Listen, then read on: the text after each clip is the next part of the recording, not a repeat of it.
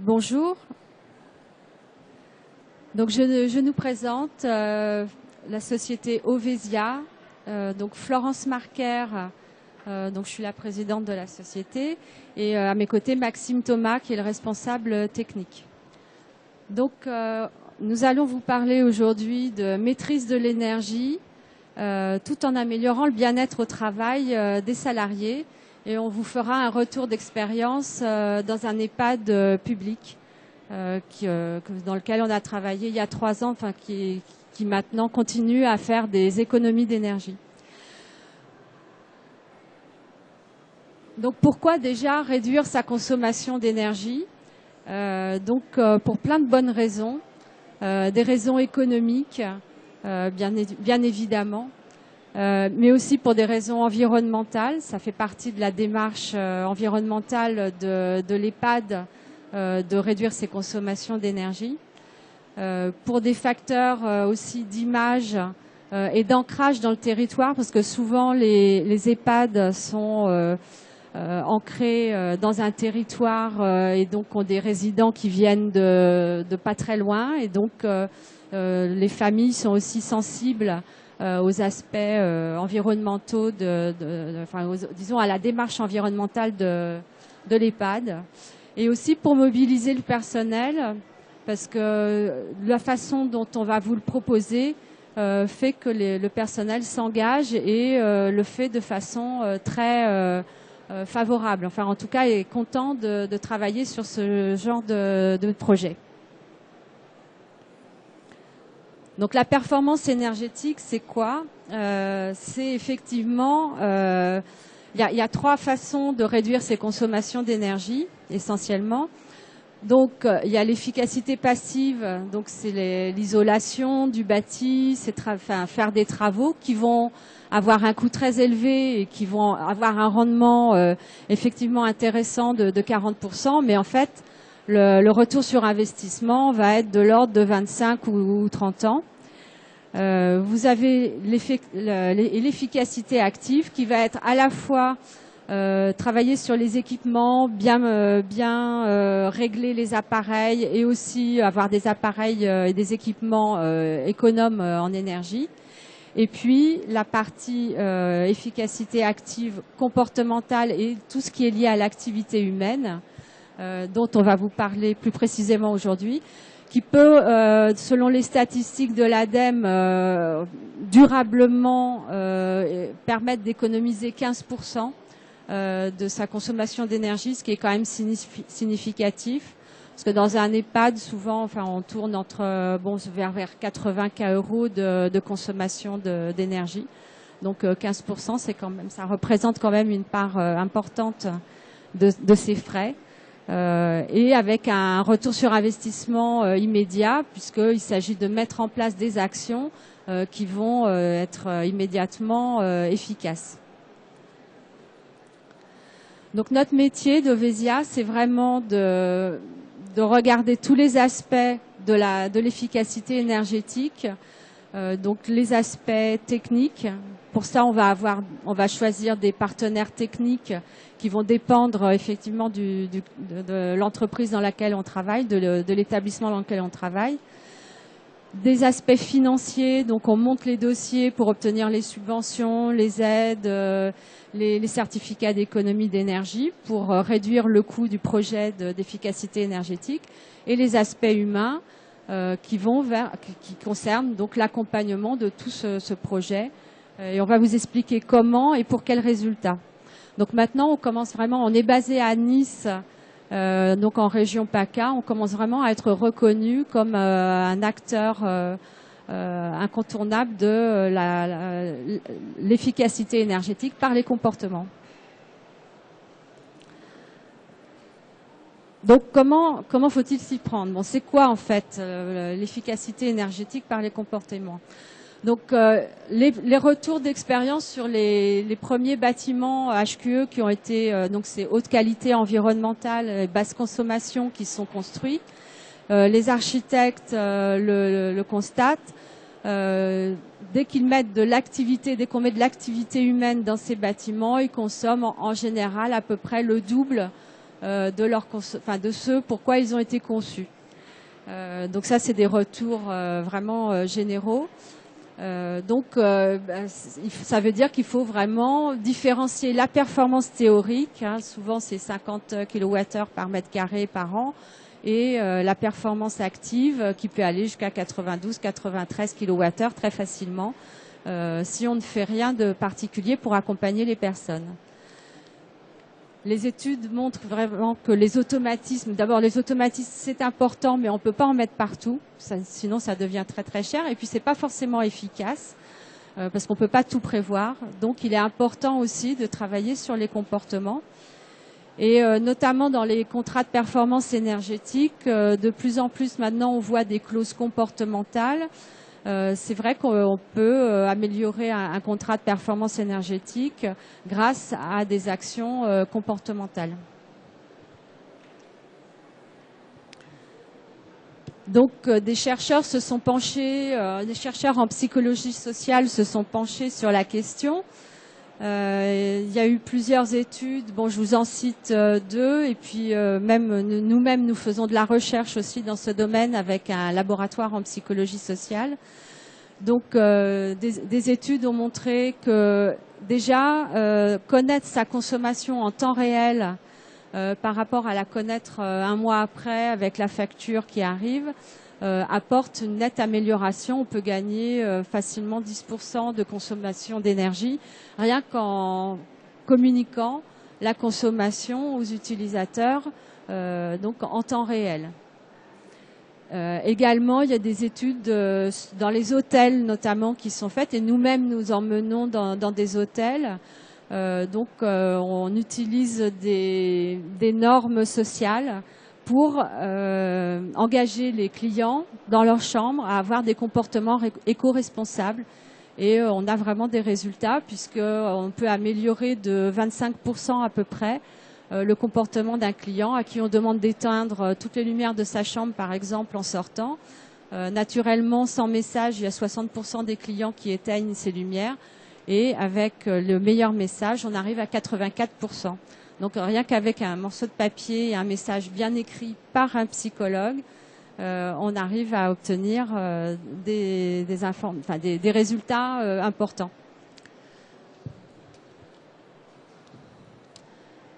Donc concrètement, vous pouvez agir, enfin les entreprises peuvent agir de plusieurs façons. Donner des instructions, c'est pas forcément la bonne solution parce que on n'a pas forcément envie de recevoir des instructions de son patron. Donc ça marche quand le patron est là, quand le directeur est là, et puis quand il est pas là, forcément on oublie, puis on a d'autres priorités. C'est pas forcément efficace. Sensibiliser aussi, c'est important. Ça donne de l'information, expliquer aux salariés comment consommer l'énergie et quels sont les éco-gestes. C'est un point important que l'on pratique, mais ça n'est pas suffisant parce qu'on ne s'engage pas toujours pour des bonnes raisons bien rationnelles. Donc il faut utiliser d'autres techniques. Donc quelques notions sur l'engagement. Bien souvent, on est engagé par un premier acte. Donc commencer par des petits actes faciles à mettre en œuvre. On a commencé à faire quelque chose, donc on ne veut pas non plus revenir sur ce qu'on a commencé à faire, donc on va continuer à aller plus loin. La décision de faire un acte aussi doit être librement consentie. Si on vous oblige à vous arrêter de fumer, et que si vous décidez de vous arrêter de fumer, c'est différent. Il est plus engageant aussi d'agir sur le regard des autres, c'est-à-dire en collectivité, prendre un engagement dans le cadre d'un groupe, c'est beaucoup plus engageant. Et aussi, les actes doivent être répétés plusieurs fois parce qu'il faut changer les habitudes. En fait, l'idée, c'est vraiment de faire prendre de nouvelles habitudes et de ne plus parler de comportement, mais de nouvelles habitudes de consommation. Donc, les clés du succès d'un projet de maîtrise de l'énergie, c'est effectivement avoir une vision sur le long terme, c'est diagnostiquer avant d'agir, Donc on va vous expliquer avec un cas concret la méthode que l'on utilise. Communiquer, sensibiliser, c'est important. Faire émerger des solutions, donc rendre les personnes actrices et acteurs du plan d'action. Maintenir la volonté managériale, c'est important. Les chefs d'équipe, la direction doivent rester exemplaires et intégrer la performance énergétique dans tout le système de management de l'entreprise. Donc, un retour d'expérience concret dans un EHPAD qui est situé dans le Var et qui est un EHPAD public, donc qui avait 62 lits, 49 agents. Et donc, sa consommation annuelle, 800 000 kWh. Donc, on a procédé comment? On fait un double diagnostic, un diagnostic énergétique, donc pour comprendre comment est consommée l'énergie, et un diagnostic comportemental. Donc là, c'est vraiment le point important. Donc, je vais vous expliquer comment. Des ateliers pratiques, et ça permet de définir un plan d'action qui va être à la fois des actions issues de solutions techniques que l'on aura pu identifier et de solutions comportementales qui auront été décidées et proposées par les salariés. Donc le double diagnostic, donc comme bien comprendre donc la répartition de la consommation. Donc là on vous a mis la consommation d'électricité parce que il y avait aussi du fuel pour le chauffage. Mais là, on savait que c'était un usage chauffage et eau chaude sanitaire, donc on avait les informations. Par contre, bien souvent, un EHPAD, il a sa facture d'électricité et c'est tout. Il ne connaît pas la répartition, il ne sait pas exactement comment est consommée. Donc, il y a besoin de comprendre comment est consommée l'énergie. Et puis, parallèlement, nous faisons un diagnostic comportemental. Donc avec deux types de questionnaires. Un premier questionnaire général, donc qui va vraiment qui va permettre de comprendre les motivations et les freins des personnes et qui va permettre de comprendre l'intérêt des agents et des salariés pour la démarche environnementale de leur établissement. Et un deuxième questionnaire qui va vraiment être beaucoup plus détaillé, où on va demander aux personnes ce qu'elles font déjà pour préserver l'environnement sur leur lieu de travail, ce qu'elles aimeraient faire, qu'est-ce qu'il faudrait modifier sur leur poste, et leurs croyances aussi à leur avis, qu'est-ce qu'ils consomment moins, est-ce qu'un tel geste consomme beaucoup ou pas. Donc on va vraiment avoir une idée bien précise de ce que pensent et de ce dont les agents peuvent avoir envie. Ça va être analysé par un psychologue. Et ça va donner vraiment lieu à un rapport qui, en général, intéresse beaucoup le directeur d'établissement parce qu'il va bien comprendre comment ces équipes voient la démarche environnementale de l'établissement.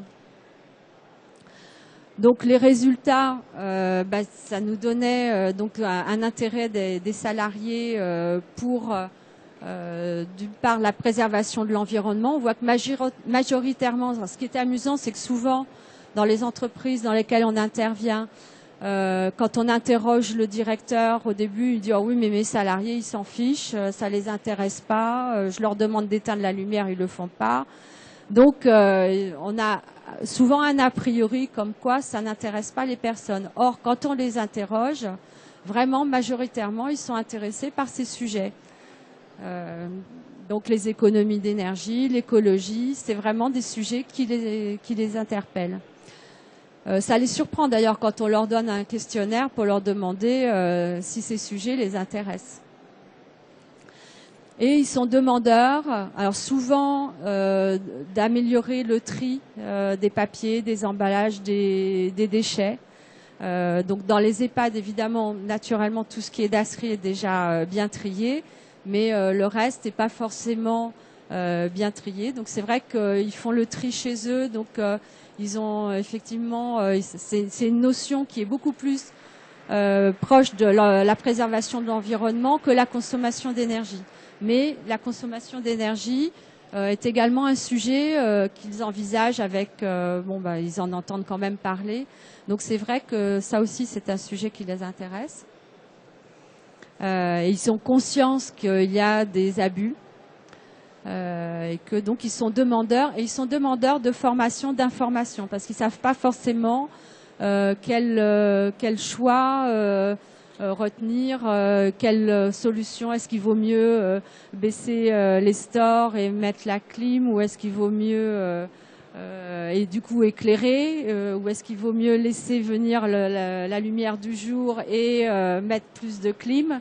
Voilà, donc c'est des questions comme ça qu'ils se posent. Et donc ils ont besoin d'informations, ils sont demandeurs. Ensuite, avec tous ces éléments de diagnostic, on va monter des ateliers. Donc ce sont des ateliers de 2 heures par métier. Et là, on constate généralement, on va leur donner un minimum de l'information, donc les informations sur les éco-gestes. Et surtout, ils vont passer du temps à réfléchir en sous-groupe sur eux, ce qu'ils pourraient proposer de modifier sur leur poste de travail, quelles idées ils ont pour mieux préserver l'environnement sur leur lieu de travail. Et en général, on a beaucoup plus d'idées que de participants. Donc là, dans cette EHPAD, on avait eu 54 idées pour 40 participants aux ateliers. Un très fort engouement, les gens étaient vraiment très contents. C'est des débats très animés, des échanges entre les équipes du matin, les équipes de l'après-midi. Ça permet de bien faire prendre conscience que chacun a son rôle et que donc il y a besoin de coordination sur le sujet, coordination entre la lingère et les équipes de soins qui utilisent le linge. Voilà. Donc on traite des sujets aussi d'organisation du travail, pas uniquement simplement éteindre la lumière en sortant du vestiaire, mais aussi quelle dotation de linge peut-on utiliser, comment peut-on mettre en place une utilisation rationnelle, tout en respectant les règles de sécurité et d'hygiène, bien entendu, mais sans abus. Et donc c'est un projet qui vraiment a rassemblé tout le monde. Et ce qui était intéressant aussi, c'est de voir que la grande majorité des actions qui ont été proposées étaient des actions simples. Et c'est toujours le cas dans les entreprises. Quand on demande aux gens, il y a des actions simples, de bon sens, qui vont être proposées. Donc là, je vous ai mis un exemple de plan d'action qui était intervenu dans cette EHPAD. Donc ce qui est très important, c'est d'avoir des actions immédiates pour chaque service. Chaque métier doit être concerné, tout le monde, y compris la direction, qui doit chacun doit avoir sa participation. Et donc on va communiquer ce plan d'action. Il y a des actions qui vont être menées à plus long terme, parce qu'elles vont nécessiter une petite réorganisation ou elles vont nécessiter un petit investissement pour une modification d'un équipement, et qui vont être mises en place à plus long terme. Ce qui est très important après, c'est de communiquer ce qu'on appelle un top départ, c'est-à-dire à partir de maintenant, voilà, on recommunique à l'ensemble des agents les actions qui ont été décidées, validées par la direction et qui donc vont être mises en place. C'est à partir de maintenant, on se comporte comme ça dans cet établissement. Et ici aussi, je vous ai mis ce qui a été mis en action complémentaire, parce qu'on y est retourné, Maxime va vous donner les résultats chiffrés d'économie d'énergie. Et en fait, on y est retourné 2 ans après, et on s'est aperçu qu'ils avaient trouvé de nouvelles actions tout seuls. Donc ça veut dire que la dynamique avait vraiment été lancée, qu'ils ont joué le jeu. La direction a bien soutenu l'action et a joué le jeu aussi. Et du coup, la motivation est restée sans avoir besoin de faire de piqûres de rappel. Et ça, c'est vraiment très intéressant de voir que d'autres actions ont été trouvées par la suite. On a soutenu aussi l'action en proposant une affiche qui était vraiment personnalisée, qui représente tous les mots et toutes les valeurs qu'avaient identifiées les agents lors des questionnaires de diagnostic comportemental. Et donc on leur a proposé plusieurs formats d'affiches, et ce sont eux qui ont choisi l'affiche qui leur a le mieux plu, Ils ont choisi le slogan. Et donc, ces affiches ne sont pas imposées par la direction. Elles ont vraiment été, elles sont là pour rappeler l'engagement de chacun. Donc, c'est à moi maintenant. Donc, bonjour à tous. Je suis responsable technique chez Ovesia. Donc, je m'occupe de toute la partie justement recommandation technique chez nos clients et du suivi énergétique. Donc on vous a présenté notre méthodologie et le plan d'action qu'on met en place dans des EHPAD.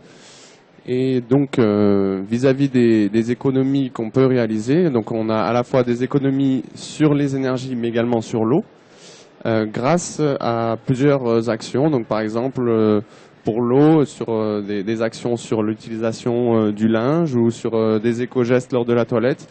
Donc tout ce type d'actions sont des actions issues, comme on vous a dit, des ateliers menés avec les employés. Et également certaines actions techniques qui, elles, sont issues à la fois d'idées des agents de maintenance sur place et qui vont également être validées avec notre prestataire technique où on va en discuter directement avec eux en interne. Donc sur les consommations d'eau, on peut voir qu'on a réussi à réduire les consommations de l'ordre de 25%. Donc ce sont des réductions qui durent dans le temps. Également sur le fuel, on voit sur les 4 mois d'hiver de 2015 à 2014-2015, qu'on a une réduction de l'ordre de 12% en moyenne. Donc il faut savoir que on a réalisé ces calculs en prenant une base comparable. Donc évidemment, on ne prend pas seulement les chiffres de la facture, on va comparer avec les données climatiques. Si un hiver est plus doux que l'année précédente, on va considérer cette donnée dans nos calculs. C'est pas parce que la facture est plus basse qu'on a forcément réalisé des économies.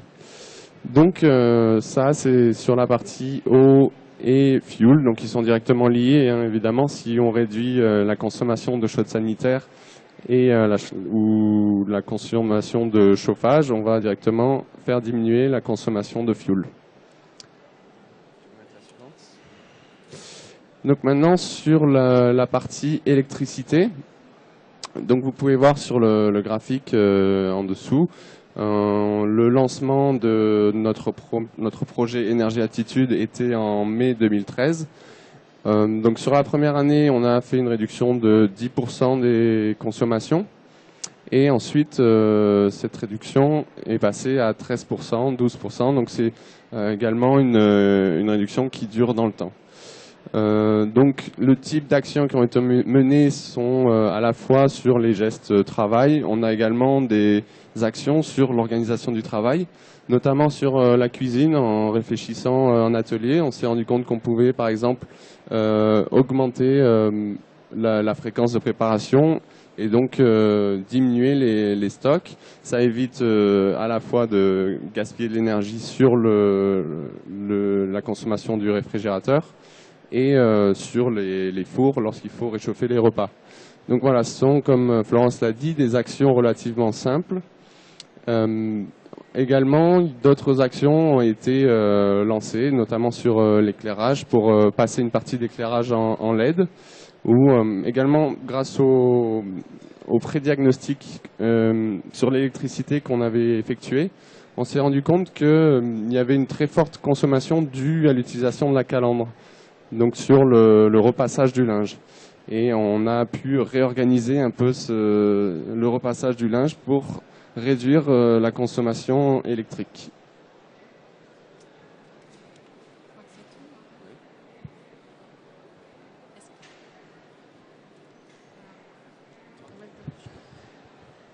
Oui, donc le directeur de l'EHPAD a malheureusement pas pu venir. Il est resté enfin, il a eu un empêchement. Mais bon, il nous a communiqué son témoignage et vraiment, lui, il a été très satisfait parce que ça permet de réduire à moindre coût effectivement 12% sans vraiment d'investissement. Et ce qui l'a aussi un peu bluffé, c'était toute la partie lien social que ça a créé entre les agents. Et donc, il était vraiment très satisfait de la façon dont ça se passait. Donc, c'est vrai que c'est un aspect qu'on constate même parce qu'on ne travaille pas que dans des EHPAD, on travaille aussi dans des petites industries ou dans d'autres, dans le secteur du tertiaire. Mais systématiquement, c'est un point commun que l'on retrouve, c'est le plaisir des salariés à s'engager dans cette démarche. Il suffit juste après que la direction soutienne la démarche et montre aussi sa motivation. Mais bon, ça c'est comme dans tout projet, hein, l'impact de la direction est toujours très important. Mais c'est vrai que le fait, c'est reconnaître aussi les efforts et toutes les actions menées par l'ensemble des salariés. Mais c'est vraiment un projet très fédérateur. Voilà. Donc je ne sais pas si vous avez des questions sur la méthodologie, sur les résultats, Je vois qu'il y a des... Vous êtes vous-même dans des établissements de santé. Est-ce que vous avez déjà entrepris des actions dans ce domaine ?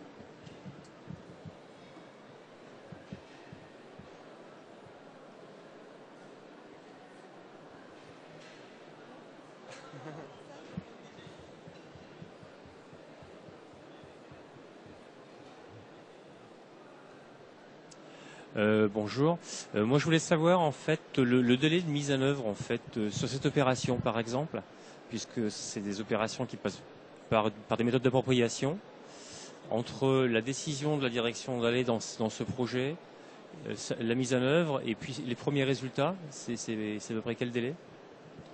Alors en moyenne, ça s'étale sur 3 mois. On l'a fait parfois en 2 mois et parfois en 4 mois. Voilà. Donc je dis raisonnablement c'est 3 mois. Donc le temps de faire le diagnostic comportemental, bon, ça peut faire entre 6 semaines et 2 mois. Parce qu'il faut laisser le temps aux personnes de répondre aux questionnaires, bon, qui peuvent être soit en ligne, soit papier, parce que tout le monde ne dispose pas d'un ordinateur. Le temps de l'exploiter. Et puis ensuite, les ateliers, on les étale sur 1 mois, on obtient le plan d'action et le top départ. On fait après un petit suivi pendant 6 mois à peu près pour s'assurer que les points d'ancrage correspondent bien à la façon de manager de l'entreprise. Parce qu'en fait, toutes les entreprises n'ont pas le même mode de fonctionnement. Il y en a qui sont très budget, il y en a d'autres qui sont plutôt tradition orale, il y en a qui sont réunions, etc. Donc on leur met des points d'ancrage qui correspondent à leur style de management. On leur invente pas un reporting ou un style de management.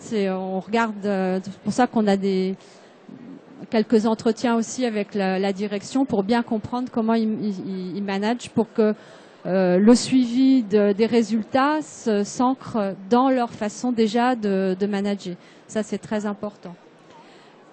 Voilà, donc c'est à peu près la durée. On organise aussi des opérations collectives de mise en place de systèmes de management de l'énergie. Donc là, avec l'EHPAD avec lequel on a travaillé, on est allé plus loin. Maintenant, on leur a mis de la mesure et donc on travaille vraiment sur toute la mise en place de la norme ISO 50001, qui est la norme de mise en place du système de management de l'énergie. Et donc là, on obtient des subventions de l'ADEME et de la région qui sont très favorables à ce type d'opération. Et là, ça prend un peu plus de temps. Sur une opération collective, bon, là, ça va prendre 2 ans, mais c'est un projet plus complet.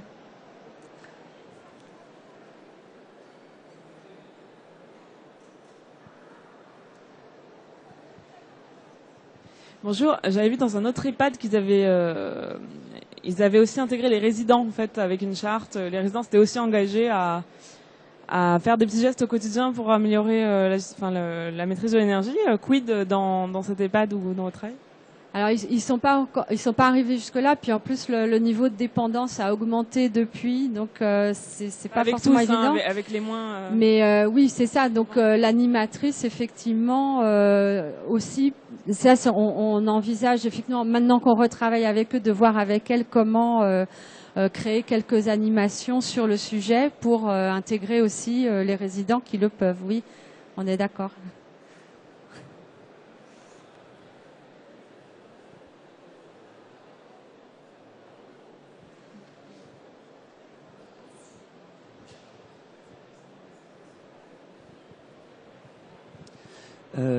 Vous avez abordé le côté comportemental et vous avez effleuré côté équipement. Vous avez parlé de changement de lampe LED, etc.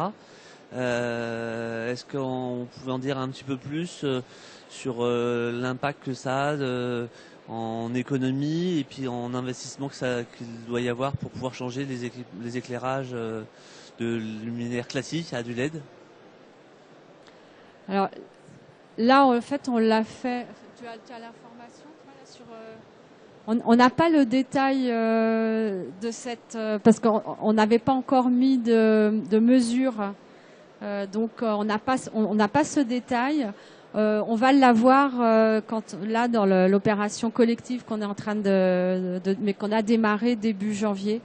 Bon, c'est vrai que les LED, ça peut aller jusqu'à 30% d'économie, donc c'est quand même important. Mais ça, c'est plus nos partenaires techniques qui vont le décider. On est sur des temps de retour d'investissement de l'ordre de entre 3 et 5 ans sur les LED en général, en incluant des certificats d'économie d'énergie. Malheureusement, ils ne sont pas très très élevés, les certificats d'économie d'énergie, sur tout ce qui est éclairage.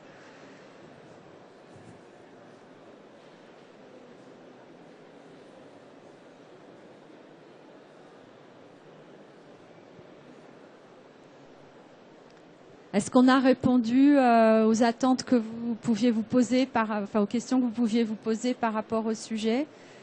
Est-ce que c'est un sujet qui vous semble d'actualité dans vos établissements?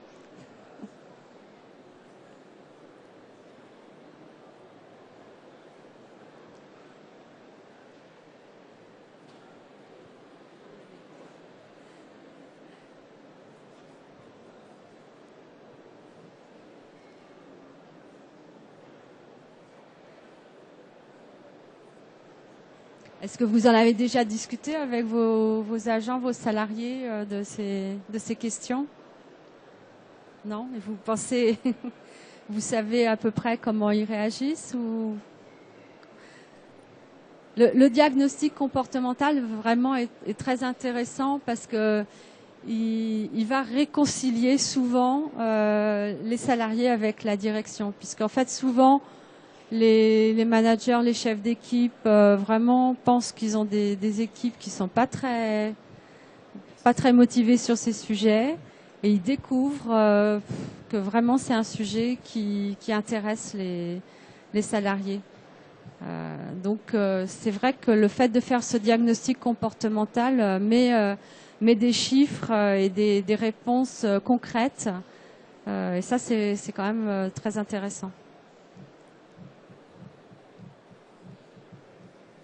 Si vous voulez plus de renseignements ou si vous voulez d'autres plaquettes, parce que je ne les ai pas toutes apportées, vous pouvez nous rejoindre sur notre stand au Village Développement Durable. Donc on vous accueillera avec plaisir pour vous expliquer, pour répondre à vos questions.